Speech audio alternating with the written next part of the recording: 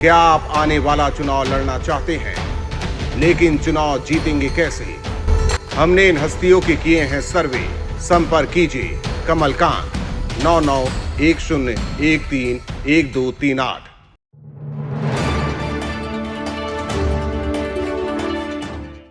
नमस्कार, जनमत हरियाणा में आपका स्वागत है। आइए देखते हैं आज की बड़ी खबरें।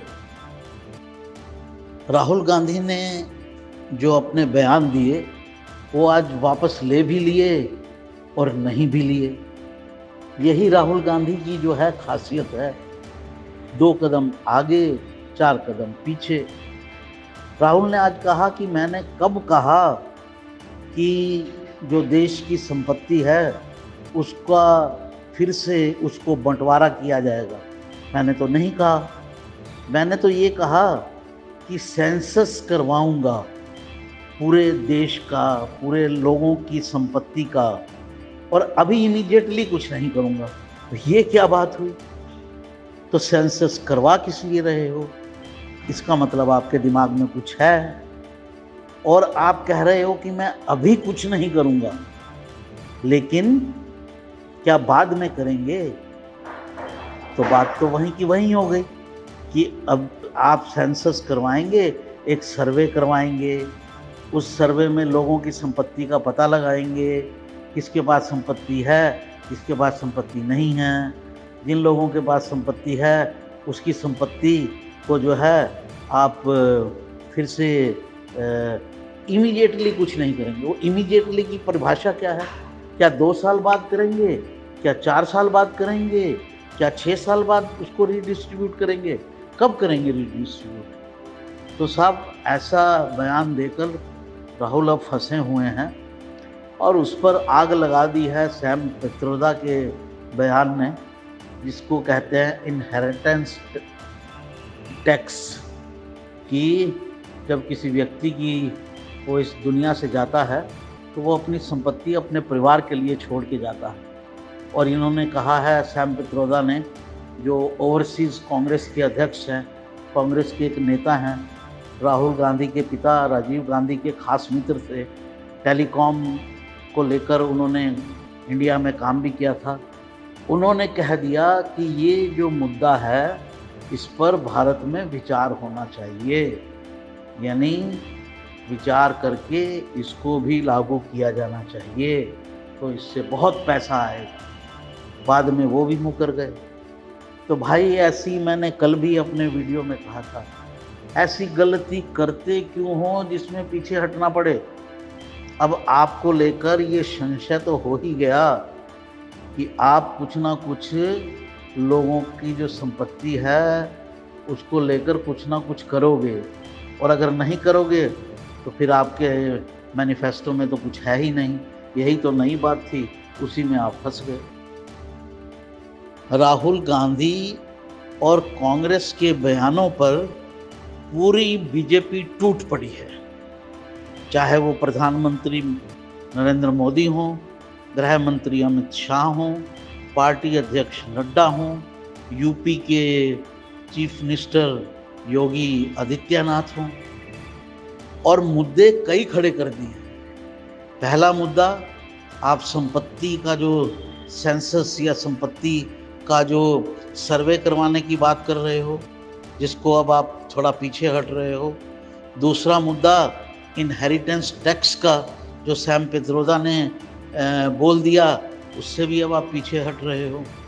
तीसरा मुद्दा एक और भी उठ गया है, वो ये है कि आप कॉन्स्टिट्यूशन के खिलाफ जाकर आप मुसलमानों को आरक्षण देना चाहते हो।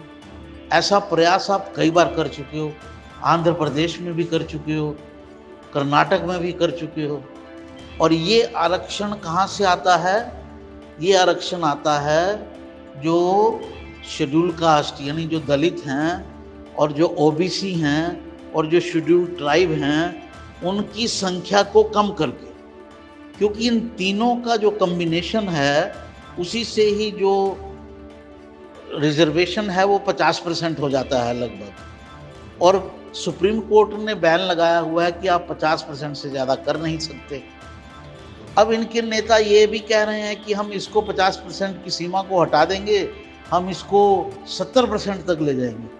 तो भाई देश चलेगा कैसे? अगर सब कुछ रिजर्वेशन पर आ जाएगा तो देश कैसे चलेगा? रिजर्वेशन के ठीक है, काफ़ी लोगों को सहायता देने की ज़रूरत है, लेकिन लिमिट भी होनी चाहिए। तो रिजर्वेशन के मुद्दे पर भी कांग्रेस फंसी हुई है, दोनों मुद्दों पर। मुसलमानों को रिजर्वेशन देने के मुद्दे पर, क्योंकि कॉन्स्टिट्यूशन इसको अलाउ नहीं करता, और रिजर्वेशन की सीमा बढ़ाने पर। तो भैया आप तो जो जनता है वो सरकारी नौकरी की तरफ देखना बंद कर दे, वो सिर्फ अपना काम धंधा करो और दुकानदारियां करो और काम चलाओ। क्या राहुल गांधी अमेठी से चुनाव लड़ेंगे? क्या प्रियंका गांधी रायबरेली से चुनाव लड़ेंगी? इस तरह की खबरें हवा में तैरने लगी हैं। और कहा जा रहा है कि कांग्रेस ने अपना एक सर्वे करवाया है। उस सर्वे के अंदर पार्टी को इन दोनों कॉन्स्टिट्यूंसीज पर अच्छा रिस्पांस मिला है, कांग्रेस की तरफ और राहुल और प्रियंका की तरफ। दरअसल ये दोनों जो सीटें हैं, ये दोनों सीटें गांधी परिवार की पॉकेट बोरो मानी जाती हैं। पॉकेट बोरो मतलब मेरी जेब की सीट है, हमारे परिवार में से कोई भी जाएगा तो वो जीतेगा, मतलब हर हाल में जीतेगी। लेकिन पिछले चुनाव में स्मृति ईरानी ने राहुल गांधी को हरा दिया, तो ये काफ़ी बड़ा झटका था गांधी परिवार के लिए। और इस बार सोनिया गांधी जो हैं वो चुनाव लड़ना नहीं चाहती हैं। उन्होंने राज्यसभा की सदस्य वो बन गई हैं, तो रायबरेली से वो चुनाव नहीं लड़ेंगी। तो वहाँ पर प्रियंका गांधी को लड़ाने की बात चल रही है। गुरुग्राम से कांग्रेस के उम्मीदवार जो टिकट लेने के इच्छुक हैं, टिकटार्थी अजय यादव, पहली बार फट पड़े हैं।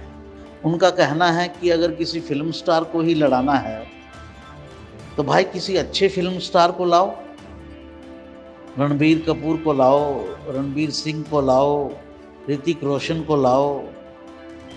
दरअसल इस सीट पर कांग्रेस में ये टिकट फंसी पड़ी है। यहाँ से राज बब्बर को लड़ाने की कोशिश हो रही है, जबकि कैप्टन अजय यादव भी यहाँ से एक टिकटार्थी हैं, लेकिन उनका टिकट कटने के चांसेस बन रहे हैं और उनकी जगह राज बब्बर को लड़ाया जा रहा है। वैसे इस सीट पर राज बब्बर का कभी वास्ता नहीं रहा है, हरियाणा से ही कभी वास्ता नहीं रहा, जहाँ तक ध्यान पड़ता है 30-40 साल का, और ना ही कभी गुड़गांव में वास्ता रहा। लेकिन वो दरअसल राहुल गांधी के आदमी हैं और हुड्डा उनको सपोर्ट कर रहे हैं। तो हुड्डा की तो अपनी राजनीति है इसमें। अगर राज बब्बर गुड़गांव से लड़ जाते हैं तो 2-2 विकेट गिर जाएंगे एसआर के ग्रुप के। एक विकेट तो गिरेगा कैप्टन अजय यादव का और दूसरा विकेट गिरेगा श्रुति चौधरी का। हरियाणा की हर राजनीतिक खबर के विश्लेषण के लिए हमारे चैनल जनमत हरियाणा को लाइक, शेयर और सब्सक्राइब करना ना भूलें। साथ ही बेल आइकन को भी प्रेस कर लें ताकि हर वीडियो की अपडेट आप तक पहुंचती रहे।